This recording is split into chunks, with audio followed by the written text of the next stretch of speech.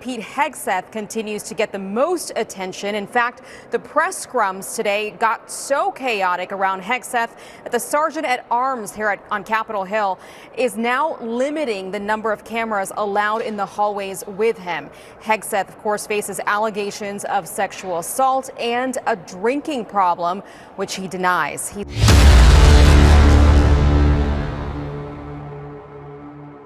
So Pete Hegseth, who's been nominated to be the Secretary of Defense by Trump, is now on the chopping block and could withdraw his nomination due to a damning report from NBC, which is all based on what? Anonymous sources. Yes, I know, once again, right? However, multiple Fox News hosts at this time are refuting the claims in this report. So let's dive into it and see exactly what it says. Okay, so this story is being pushed by NBC, which we know there's probably zero credibility to this. But let's kind of entertain it for a bit here. Now, Pete Hegseth's drinking worried colleagues at Fox News. Sources tell NBC News. Really? What sources? Please. 10 current and former Fox employees say Trump's pick for defense secretary drank in ways that concerned his coworkers. A Trump transition team spokesperson called the claims completely unfounded and false. Now, let's be clear about something really quick here. Anybody who's watching this, who's been in the public spotlight, knows how dirty the media could be. So just because they dropped this report does not mean it's actually true. And some of the reactions we're going to show you later in this video, I mean, it's going to kind of scratch your head because some of them are from Republican senators. So they go on to say that two of those people said that on more than a dozen occasions during Hegseth's time as a co-host of Fox and Friends Weekend, which began in 2017, they smelled alcohol on him before he went on air. Those same two people, plus another, said that during his time there, he appeared on television after they heard him talk about being hungover as he was getting ready. One of the sources said they smelled alcohol on him as recently as last month and heard him complain about being hungover this fall. Here we go. Pay attention. None of the sources with whom NBC News has spoken could recall an instance when Hegseth missed a scheduled appearance because he had been drinking. Quote, everyone would be talking about it behind the scenes before he went on air, one of the former Fox employees said. Okay, so let's just give an initial reaction to what we've read so far. We learned this lesson in the military. They used to tell us, hey, if you're a male, you cannot be in the same room with the female because someone could be walking by, and according to their perception, you guys were flirting with each other, fraternizing. And it could have been a joke that you guys were laughing about, but you could get in trouble, literally. So am I really going to believe what a former Fox employee said? No, I'm not. I'm the type of guy that's like, show me. Don't tell me, show me. Now, his lawyer did respond to this by saying, we're not going to comment on outlandish claims laundered through the New Yorker by a petty and jealous disgruntled former associate of Mr. Hegseth. Get back to us when you try your first attempt at actual journalism. Now, here's the deal, guys. No matter how dramatic or how extreme a story sounds, we have learned over the past decade that it ends up being false when reported by the legacy media. And one more part before we get to some other interesting details. This account of Hegseth's time at Fox News is based on NBC's news interviews with 3 current and 7 former Fox employees, all of whom asked not to be named because of fear of retaliation. 3 current employees said his drinking remained a concern up until Trump announced them as his choice to run the Pentagon, at which point Hegseth left Fox. Quote, he's such a charming guy, but he just acted like the rules didn't apply to him, one of the former employees said. A spokesman for the Trump transition team said this, these disgusting allegations are completely unfounded and false, and anyone peddling these defamatory lies to score political cheap shots is sickening. As a decorated combat veteran, Pete has never done anything to jeopardize that, and he is treating his nomination as the most important deployment of his life. Now, once you get nominated by the president-elect, your job is to go up on Capitol Hill and start rubbing elbows and shoulders with the senators who are obviously going to confirm or not confirm your nomination. And so Pete Hegseth is on Capitol Hill. And of course, he's been getting bombarded by questions about these stories. Let's take a look. We are talking with every senator that wants to talk to us. And the conversations we have with senators are, of course, going to remain private.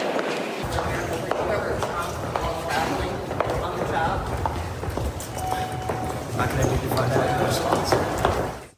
Hegseth met with Tommy Tuberville of Alabama. Tuberville would not address controversies surrounding Hegseth. We need somebody to straighten the military out, to get the woke, the DEI affiliation out, and go from there.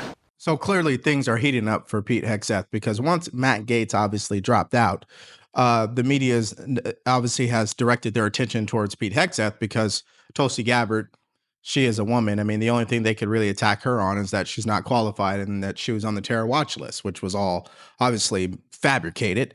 And then when you have someone like Pam Bondi, who served 2 terms of being the AG for Florida, yeah, there's not much there either. So the next person who has a lot of meat on the bone would be Pete Hegseth and Kash Patel. And here's Fox News actually reporting how chaotic it's been getting for Pete Hegseth. Watch. Pete Hegseth continues to get the most attention. In fact, the press scrums today got so chaotic around Hegseth that the sergeant at arms here on Capitol Hill is now limiting the number of cameras allowed in the hallways with him. Hegseth, of course, faces allegations of sexual assault and a drinking problem, which he denies. He's also getting backlash for previously saying that he doesn't think women should serve in combat, and Fox was able to ask him about that today. How do you feel about the women in combat? We have amazing women who serve in our military. Amazing women. Do you think they should be in combat? I think they're already in combat. Okay, so that last comment is definitely a controversial one in today's modern times. Now, if you go back 30 years ago, that would have been a question. What do you think about women serving in combat? No one would even ask that question. But now that we're in 2024, it seems that everyone cares about asking that question, because they feel, hey, if women can't serve in combat, then they must be less than men. I served in the military. I didn't meet a lot of women who really wanted to serve in the infantry and who really wanted to be in combat. This is coming from Washington and the woke progressive individuals who think, hey, because women are not in combat, they are being oppressed and they're being held back from success. No, that's not actually true. I told you that people that work at Fox right now, they are absolutely refuting this ridiculous article. Here's Will Cain on X saying, bullshit, 100% bullshit, actually horseshit. Okay. Then he follows up by saying, your story is horseshit at NBC News. Put my name on it, on the record. It'll be your only on the record source. Signed, the guy who sat next to him for 8 hours every week for 5 years, starting at 6 a.m. Here's Rachel Campos Duffy, who writes, the losers at NBC News never reached out to me either.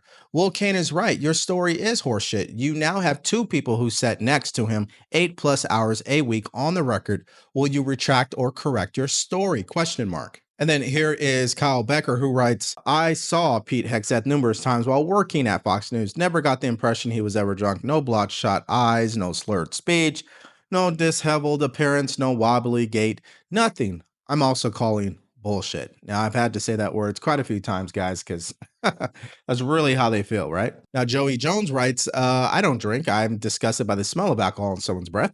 I've never ever seen Pete drink like that and have never smelled alcohol in his breath at work. These hit pieces are getting laughable. Dr. Nicole Safar writes, I have routinely sat on the couch with Pete Hegseth for 8 years. Not once did I suspect he had consumed anything other than an egg sandwich and coffee before going on air. And Brianna Morello writes, as a former Fox producer, I've never heard this in my life. Everyone spoke highly of him and still does till this day. I noticed the employees are anonymous. So this has led to certain Republicans coming out and leaving some comments that make you pause, like Senator Lindsey Graham, who's claiming that these Hegseth allegations are very disturbing. Really, Lindsey Graham? Okay. The South Carolina Republican said Tuesday that it remains to be seen if Hegseth will be able to get across the finish line after President-elect Trump tapped him to run the Pentagon. I think some of these articles are very disturbing. He obviously has a chance to defend himself here, but some of this stuff is going to be difficult. Now, that does not sound like a confident Lindsey Graham. Okay, so the interesting thing, since we're on Lindsey Graham, is some people believe he's playing games in the background and being a part of the people orchestrating this new hoax where the outlets are reporting that Ron DeSantis could be tapped for Secretary of Defense Let's read that. Oh, this was published by the New York Post. Trump considers replacing Pete Hegseth with Ron DeSantis as defense secretary pick. As many as 6 Senate Republicans have expressed reservations about confirming Hegseth for the top Pentagon role, according to NBC News. DeSantis, a former Navy judge advocate general, was on a short list of potential defense secretary candidates presented to Trump by transition officials before he went with Hegseth, according to the Wall Street Journal. Okay, so like I stated, not everybody's buying this whole DeSantis article from the Wall Street Journal. Here's Sean Davis saying, sources with direct knowledge tell me this story is nonsense and indicate that they've had enough with games being played on Hegseth's defense nomination by Senator Joni Ernst of Iowa and Senator Lindsey Graham of South Carolina. One source said Graham, who's never found a war he didn't want other people to fight, spent the weekend crying to Trump about Hegseth, while Ernst has been running an inside the Beltway campaign to knife Hegseth. Sources say the Wall Street Journal article touting DeSantis is a key part of this ridiculous operation to torpedo Hegseth because of his foreign policy views and opposition to endless, pointless wars. And guys, this all is obviously speculation. But if you really think about this story that's happening with our country, you have the establishment who is pro-war. Why? Because it's about money and power, and they get a lot of it when there is a war. And then you have the people who are populists, where they don't want war, they don't want to send money overseas, and there's flashes of being more isolated.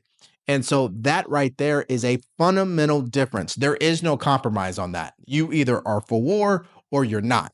And so you're going to continue to see hit pieces come out and violent rhetoric being pushed, especially when someone is reaching a high level of position in the government who has the belief that, hey, I'm not for war. So that's where we're at today. Okay, so let's look at the bigger picture here and really recap what's going on with this story. Okay, so you've got 10 anonymous sources, 3 still work there, 7 don't. But the key word is anonymous. You don't even have one person who's willing to go on record, say their name. I mean, you can't even do what we see in these cartel documentaries where they bring the person on, they blur up their face and they change their voice. You can't even do that. I mean, come on, guys. And then, of course, who's all reporting this? NBC, CNN, MSNBC. I mean, the legacy media is all over this, right?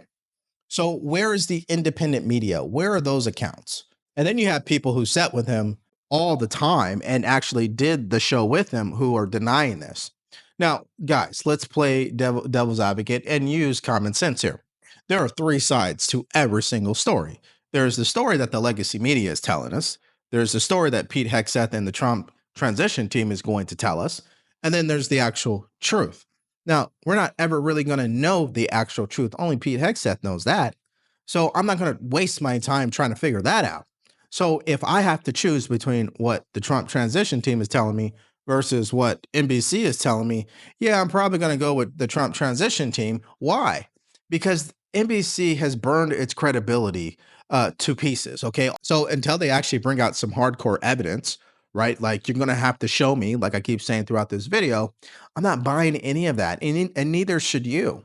The fact of the matter is, you cannot make a reasonable assumption about Pete Hegseth until you have more information. And the information they have given us is all speculation and gossip at best. That's not enough. So in the end, it doesn't matter whether it's Pete Hegseth or Ron DeSantis. Whoever becomes Secretary of Defense under Trump is going to be a great pick because they are being led by Trump himself, and they're just going to follow the orders that are coming out of the White House regardless. But Lindsey Graham, yeah, he's continuing to show his true colors. We're not shocked by how much he flip-flops on things like that when it comes to Trump. So that's my opinion about this bombshell story. What about you? What do you guys think about these allegations? Do you believe them to be true? If you do, please share why that is in the comment section below. If you don't believe them to be true, also explain why you don't believe it in the comment section as well. Now, the story that's really been grabbing everybody's attention since the weekend has been Joe Biden pardoning his son.